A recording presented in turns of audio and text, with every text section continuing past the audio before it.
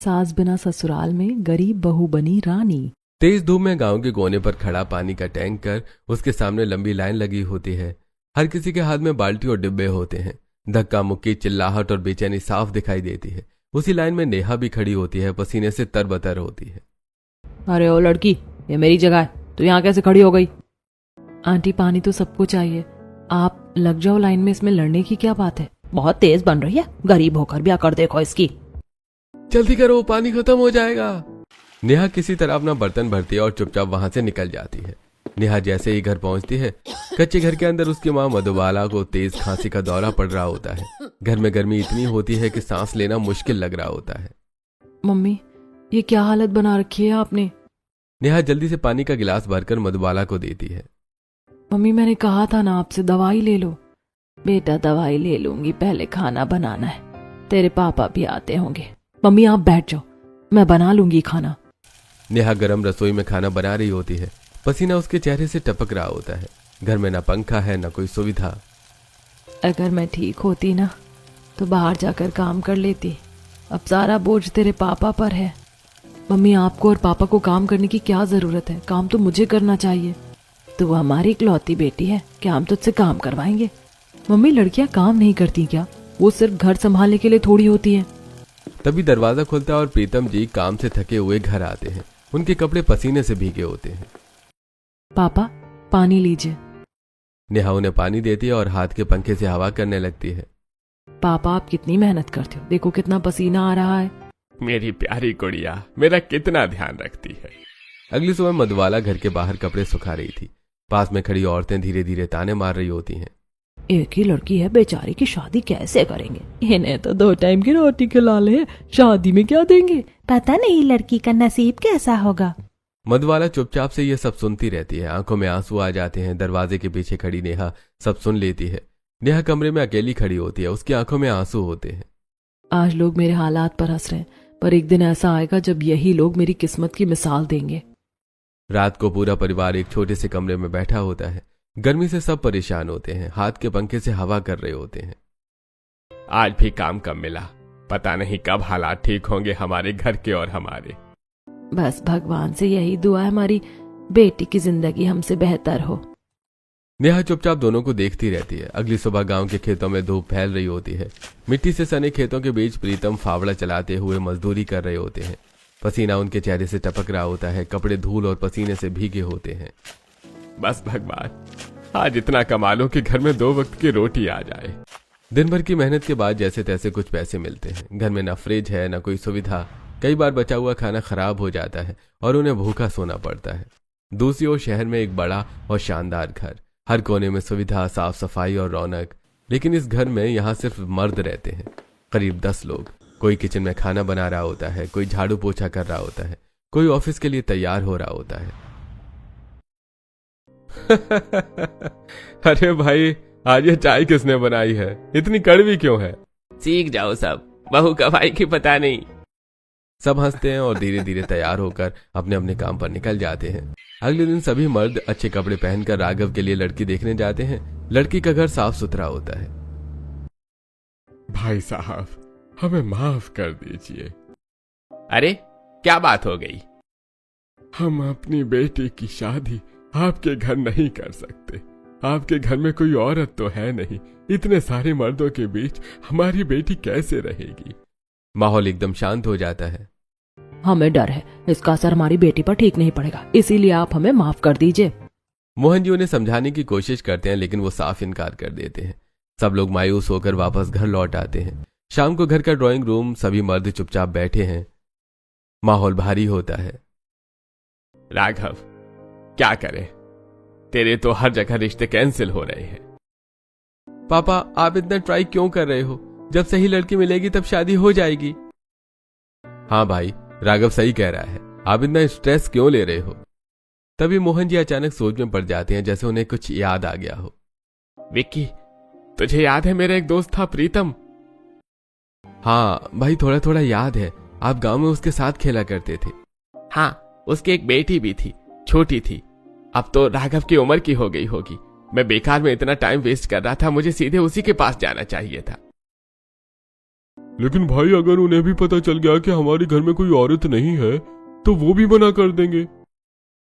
वो मेरा सच्चा दोस्त है, वो ऐसा नहीं करेगा, मेरे साथ मुझे यकीन है। भाई देख लो, रिस्क लेने से पहले प्लानिंग कर लो। ऐसा करते हैं उन्हें ये नहीं बताते कि हमारे घर में कोई सास या औरत नहीं है, तभी बात बनेगी। राघव ये सुनकर थोड़ा असहज हो जाता है। पापा, अगर किसी लड़की को एडजस्ट करना होगा तो वो कर ही लेगी, लेकिन इतने बड़े रिश्ते की शुरुआत झूठ से नहीं करनी चाहिए। कुछ पल के लिए सब चुप हो जाते हैं। बेटा, कभी कभी सही रिश्ते जोड़ने के लिए थोड़ा बहुत झूठ बोलना पड़ता है। अब हमारे पास यही आखिरी ऑप्शन बचा है, और वहां पर कोई भी जाकर सच्चाई नहीं बताएगा, समझ गए सब। अगली सुबह मोहन जी अपने पूरे परिवार के साथ उसी गांव पहुंचते हैं जहां नेहा रहती है। गाड़ियां कच्चे रास्तों से गुजरती हुई एक छोटे से टूटे फूटे घर के सामने रुकती हैं। घर के अंदर तेज गर्मी, टीन की छत के नीचे घुटन भरा माहौल, न पंखा न ठंडी हवा, सब लोग पसीने से परेशान बैठे होते हैं। तभी दरवाजे पर दस्तक होती है। अरे मोहन।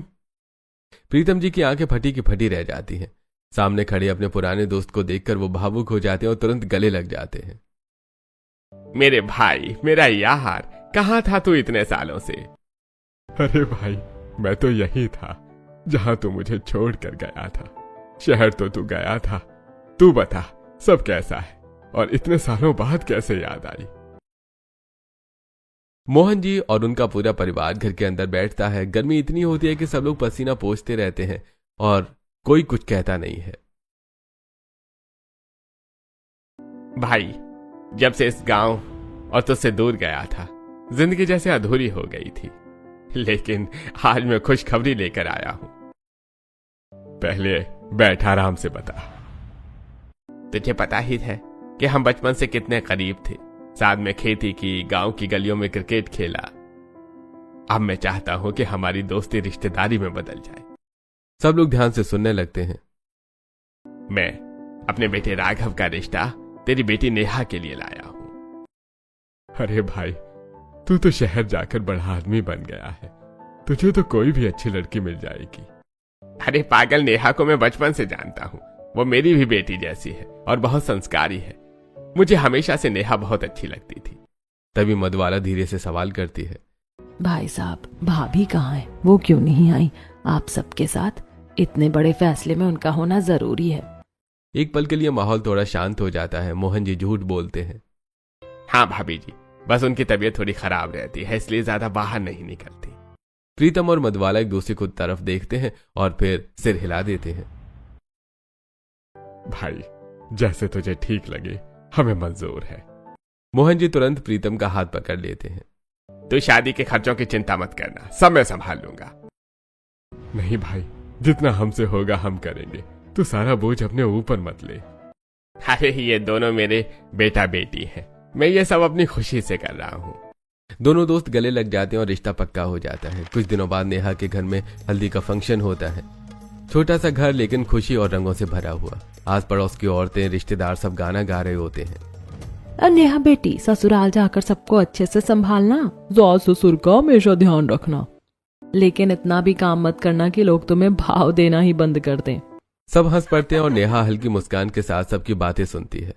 रात को नेहा के हाथों में खूबसूरत मेहंदी लग रही होती है। चारों तरफ गाना, हंसी और खुशी का माहौल होता है। बेटा, यहाँ तो हम तेरे माता पिता हैं ही, लेकिन वहाँ सास ससुर भी तेरे माता पिता जैसे होंगे। तुझे उनका ख्याल हमारी तरह ही रखना है, उनके हर सुख दुख में साथ देना है, वही तेरा असली घर होगा। मम्मी, सारे संस्कार आपने दिए हैं, मैं कभी आपका नाम नीचे नहीं होने दूंगी। जो जो आपने मुझे सिखाया मैं हमेशा वही करूंगी। बड़ी धूमधाम से शादी हो जाती है। शाम को बड़े से घर के बाहर रोशनी, फूलों की सजावट और हल्का सा डीजे म्यूजिक बज रहा होता है। दरवाजे के सामने पूरे घर के 10 मर्द लाइन में खड़े होते हैं, थोड़े कंफ्यूज लेकिन चेहरे पर खुशी। अरे ऐसे ही करते हैं ना गृह प्रवेश? हाँ भाई, जो आता है वही सही है। अरे बस बहू को अंदर लाना है, तरीका अपना ही बना लेते हैं। एक तरफ विक्की चावल का कटोरा लेकर खड़े हैं, दूसरी तरफ अमित आरती की थाली लिए। 3 बेटे नीचे फूलों की पंखुड़ियां बिछा रहे होते हैं और बाकी 3 डीजे पर नाचने में लगे होते हैं। भाभी का स्वागत है, जोरदार होना चाहिए। नेहा दरवाजे पर खड़ी ये सब देखती है। उसके चेहरे पर हल्की हंसी भी होती है, लेकिन दिल में एक अजीब सा संकोच भी होता है। पापा जी, मम्मी जी कहाँ हैं? वो दिख नहीं रही। बेटा, उसकी तबीयत थोड़ी खराब है, इसलिए वो शादी में भी जल्दी चली गई थी। ये सब तू छोड़ना बेटा। लेकिन वो मुझे शादी में भी नहीं मिली और फैमिली फोटो भी नहीं करवाई उन्होंने। कोई बात नहीं बेटा, तू इन सब बातों को छोड़, अपने गृह प्रवेश पर ध्यान दे। नेहा धीरे धीरे चावल का कलश गिराते हुए घर में कदम रखती है। मोहन जी आरती करते हैं, सब लोग ताली बजाते हैं और डीजे की आवाज तेज हो जाती है। बहू घर में आ गई, स्वागत है हमारी रानी का। नेहा अंदर आ जाती है, लेकिन उसके मन में एक सवाल सास के बारे में बार बार घूम रहा था। अगली सुबह नेहा जल्दी उठकर हैवी साड़ी पहनकर तैयार हो जाती है। घर में शांति होती है। धीरे धीरे एक एक करके सारे मर्द उठकर बाहर आने लगते हैं। सब आ गए, लेकिन मम्मी जी अभी तक नहीं आई। कोई जवाब नहीं देता। सब एक दूसरे की तरफ देखने लगते हैं। नेहा सोचती है कि शायद तबीयत ज्यादा खराब होगी। वो खुद कमरे से कमरे जाकर देखने लगती है। एक कमरा खाली, दूसरा कमरा खाली, पूरे घर में कहीं भी सांस नहीं होती है। मैंने सारा घर देख लिया, मम्मी जी कहीं नहीं है। नेहा सीधे मोहन जी के पास जाती है। पापा जी, मम्मी जी कहाँ हैं? बेटा, आज तेरी पहली रसोई है, पहले वो कर ले। नेहा किचन में जाकर सबके लिए खाना बनाती है, पर उसका मन बार बार उसी सवाल में उलझा रहता है। कुछ तो छुपाया जा रहा है। सब लोग खाना खाने बैठते हैं। नेहा सबको खाना परोसती है और फिर हिम्मत करके बोलती है, पापा जी, मुझे मम्मी के बारे में बताइए। जब भी मैं पूछती हूँ आप बात टाल देते हैं। पूरे कमरे में सन्नाटा छा जाता है। मोहन जी समझ जाते हैं कि अब सच छुपाना मुश्किल है। मोहन जी धीरे धीरे उठते हैं और नेहा के सामने हाथ जोड़ लेते हैं। बेटा, मुझे माफ कर देना, मैंने तुझसे और तेरे परिवार से झूठ बोला। इस घर में सब लोग हैं सिवाय तेरी सास के। सबकी आंखें नम हो जाती हैं। तेरी सास की मौत 10 साल पहले हो गई थी। नेहा एकदम हैरान रह जाती है और आंखें फैल जाती हैं। पूरा घर एकदम शांत, सबके चेहरे पर दर्द और इमोशन। मोहन जी की आंखों में आंसू भर आते हैं। वो धीरे धीरे अतीत में खो जाते हैं। सालों पहले वही गांव खेतों के बीच मोहन और प्रीतम एक दूसरे को गले लगा रहे होते हैं। भाई, हमें याद रखना, मैं गांव छोड़कर जा रहा हूं, लेकिन मेरा दिल हमेशा यही रहेगा। तू जा, टेंशन मत लेना और भाभी का ध्यान रखना। शहर में नया जीवन शुरू होता है, लेकिन कमला, राघव की मां को अक्सर खांसी आने लगती है। धीरे धीरे खांसी बढ़ती जाती है और कभी कभी खून भी आने लगता है। एक दिन कमला डॉक्टर के पास जाती है। आपको टीबी की बीमारी है, ध्यान रखना बहुत जरूरी है।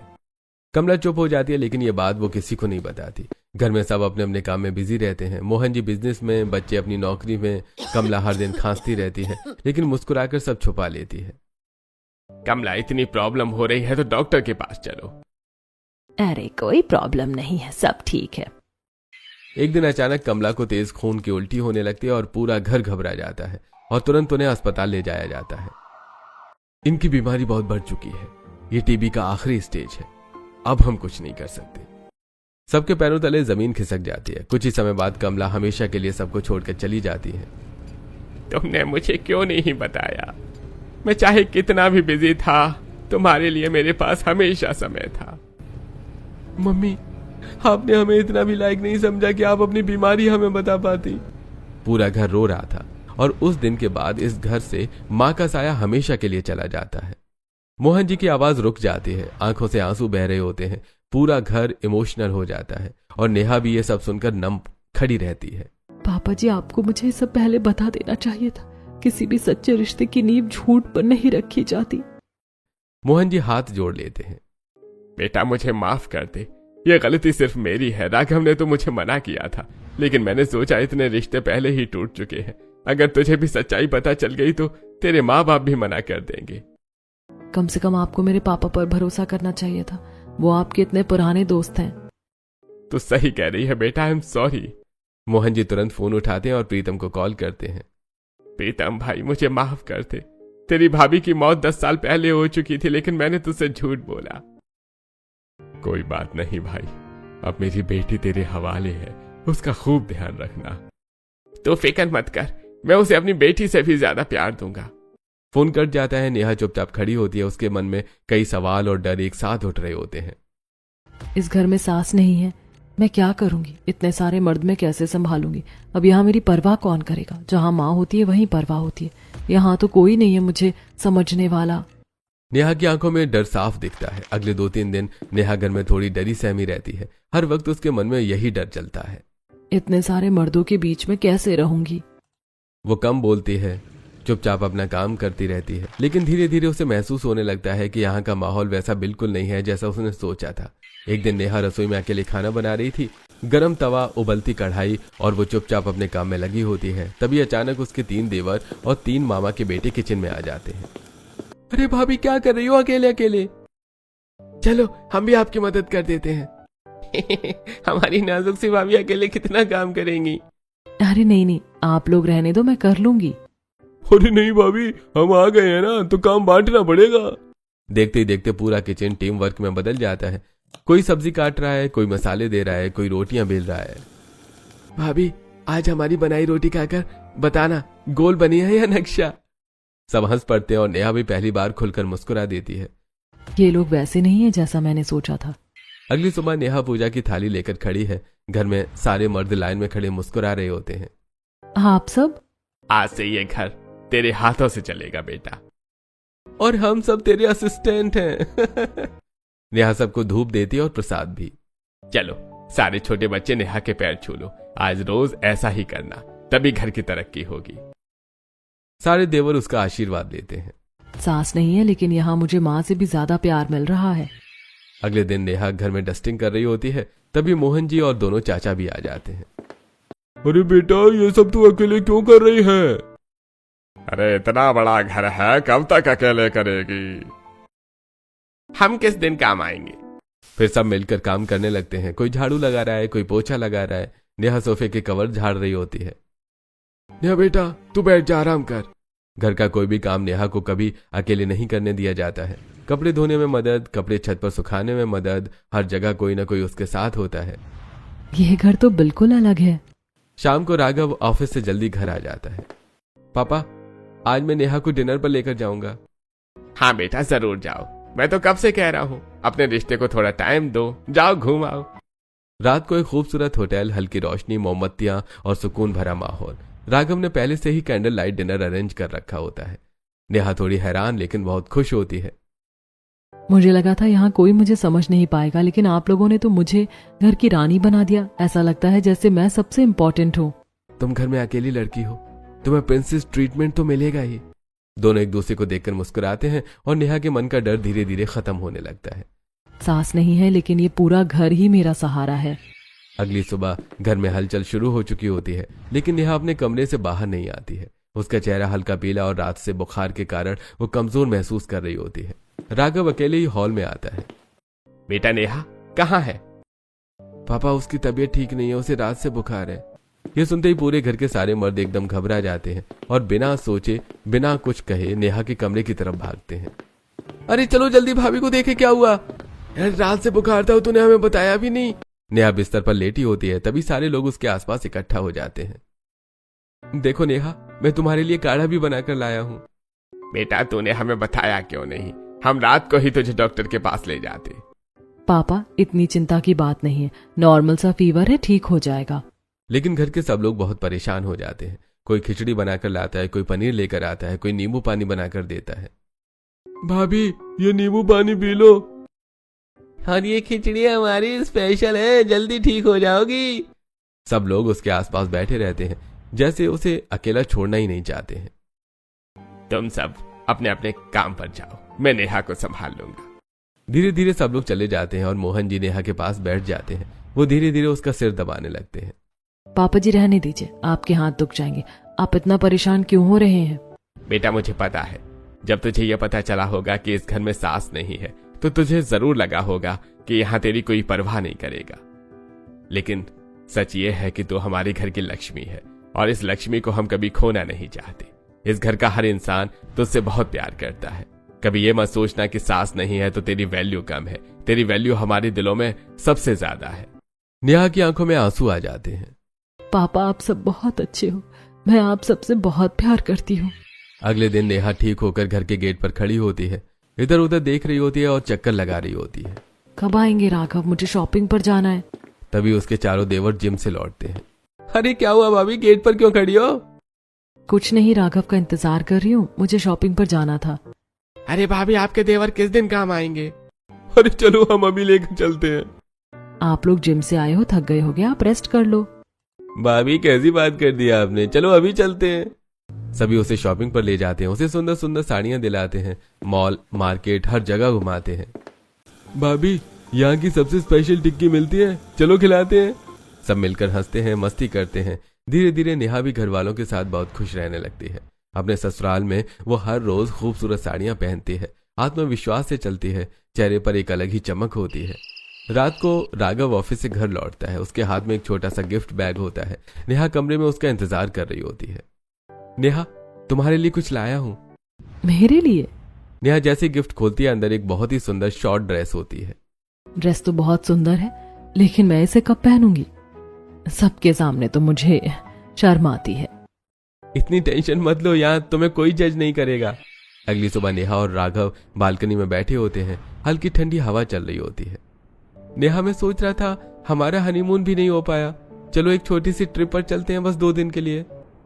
लेकिन आपने घर में किसी को बताया भी नहीं। जब मैं बता दूंगा तब चल देंगे, तुम बस तैयार हो जाओ, पैकिंग करके रखो। अगली सुबह दोनों बैग पैक करके तैयार खड़े होते हैं। नेहा धीरे धीरे वही शॉर्ट ड्रेस पहनकर बाहर आती है, लेकिन चेहरे पर झिझक साफ दिखाई देती है। मैं ऐसे सबके सामने नहीं जा सकती। अरे चलो भी, कोई कुछ नहीं कहेगा। जैसी नेहा बाहर आती है, सबकी नजरें उस पर जाती हैं, वो थोड़ा शर्मा जाती है। बेटा तुझे यहाँ शर्माने की कोई जरूरत नहीं है। तुझे जैसे कपड़े पहनने हैं पहन, जैसा खाना है खा, जैसे रहना है रह। यहाँ तुझे किसी चीज की टेंशन लेने की जरूरत नहीं है, हम तुझे कभी नहीं रोकेंगे। नेहा ये सुनकर भावुक हो जाती है और उसके चेहरे पर आत्मविश्वास आ जाता है। नेहा झुककर मोहन जी के पैर छूती है। आशीर्वाद दीजिए पापा। खुश रहो बेटा। फिर वो चाचाओं के भी पैर छूती है। सब उसे प्यार और आशीर्वाद देते हैं। नेहा और राघव फ्लाइट में बैठते हैं। नेहा खिड़की से बाहर देखती है, बादलों के बीच उड़ते हुए। उसके चेहरे पर खुशी और सुकून होता है। पेरिस की खूबसूरत गलियां, रोशनी और रोमांटिक माहौल होता है। राघव नेहा की ढेर सारी फोटो क्लिक कर रहा होता है।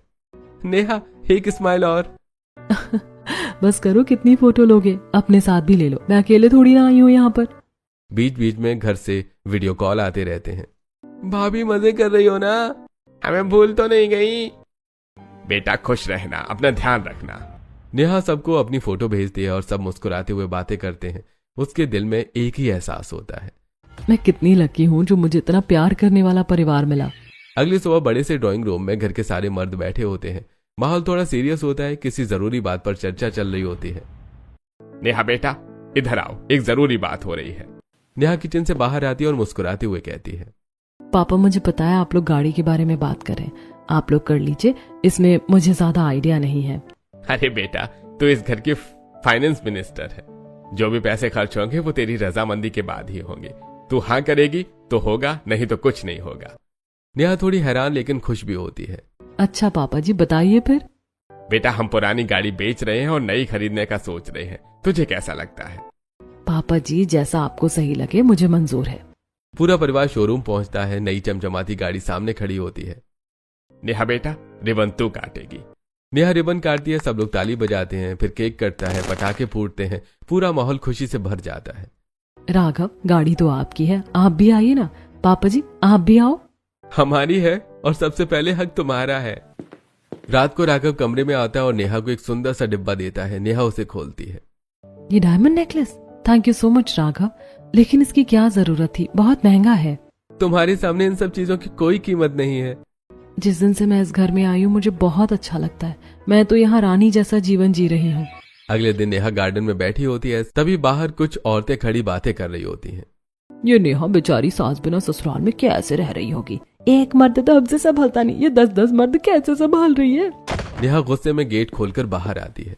आंटी पहली बात तो जब किसी की चुगली करते हैं तो उसके सामने नहीं करते, और दूसरी बात मेरे ससुराल वाले आपसे कई गुना अच्छे हैं, आप अपनी बहू को अच्छे से रख नहीं पा रही हैं और दूसरों को जज कर रही हो। मेरा परिवार मेरा बहुत ध्यान रखता है, आपको उनकी टेंशन लेने की जरूरत नहीं है।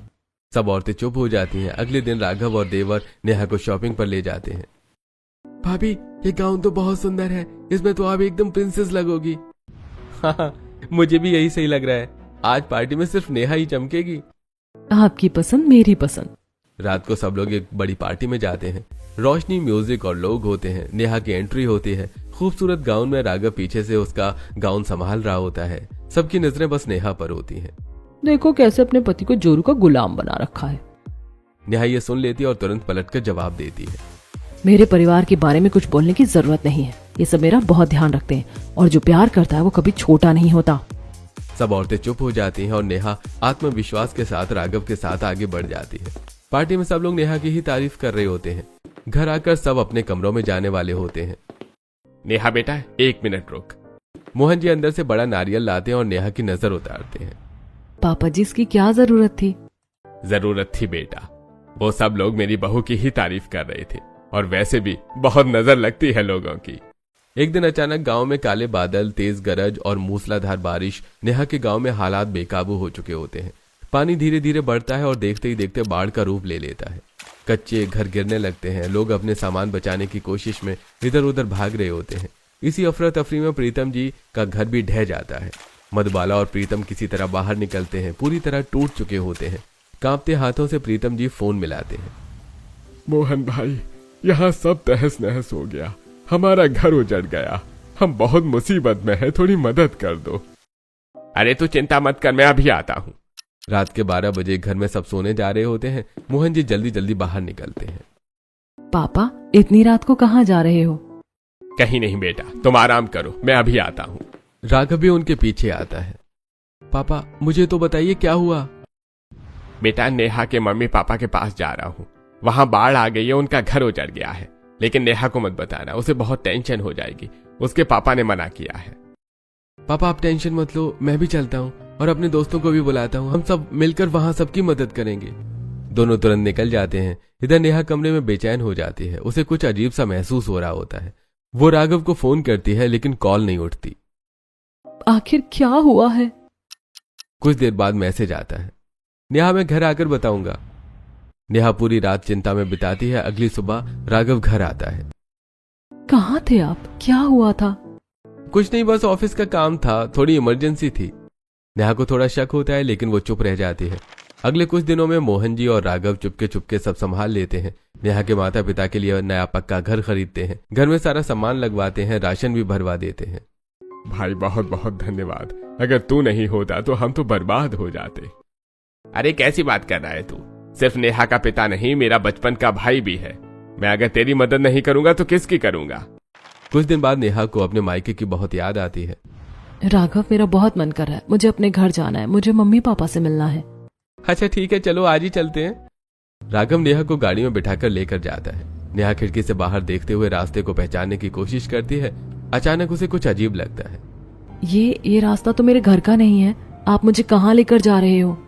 अरे बैठी रहो, मैं तुम्हें तुम्हारे घर पर ही लेकर जा रहा हूँ। नेहा के चेहरे पर कंफ्यूजन होती है। उसे कुछ समझ नहीं आता कि आखिर उसके साथ हो क्या रहा है। राघव की गाड़ी एक बड़े सुंदर पक्के घर के सामने वो रोक देता है। हरा भरा गार्डन, साफ सुथरा आंगन और एक सुकून भरा माहौल होता है। नेहा हैरानी से बाहर देखती है। राघव ये आप मुझे कहाँ लेकर आए हो? अरे आओ अंदर जाकर देखो।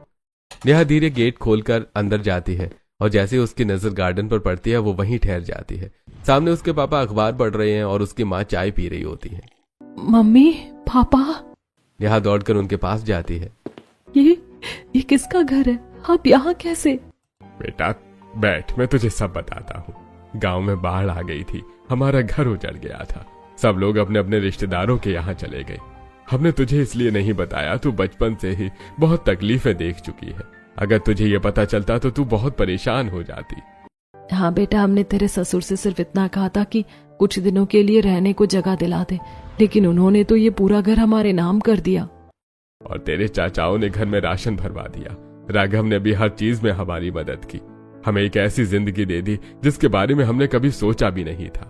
नेहा ये सब सुनकर फूट फूट कर रोने लगती है।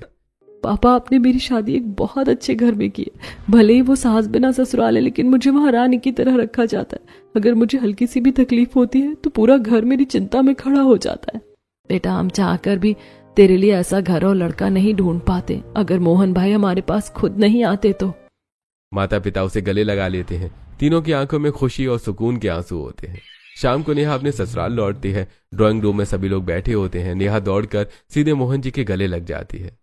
पापा जी थैंक यू सो मच। आप सिर्फ मेरे ससुर नहीं, मेरे पापा हो। मैं आपको अपने पापा जितना ही सम्मान देती हूँ। अरे बेटा क्या हुआ, तू इतनी रो क्यों रही है? पापा मुझे सब पता चल गया। आपने मेरे पीछे से मेरे मम्मी पापा के लिए इतना सब किया। आप सब लोग बहुत अच्छे हो। आप सब में मेरी जान बसती है। बेटा, भले ही ये सास बिना ससुराल है, लेकिन तू इस घर की रानी है, और हमारी लक्ष्मी भी, और भाई इस घर की सबसे कीमती इंसान। सभी लोग नेहा को गले लगा लेते हैं। पूरा घर प्यार और खुशी से भर जाता है। क्या सच में एक सास का होना ही बहू के लिए जरूरी है, या फिर प्यार, सम्मान और अपनापन ही किसी भी ससुराल को घर बनाता है?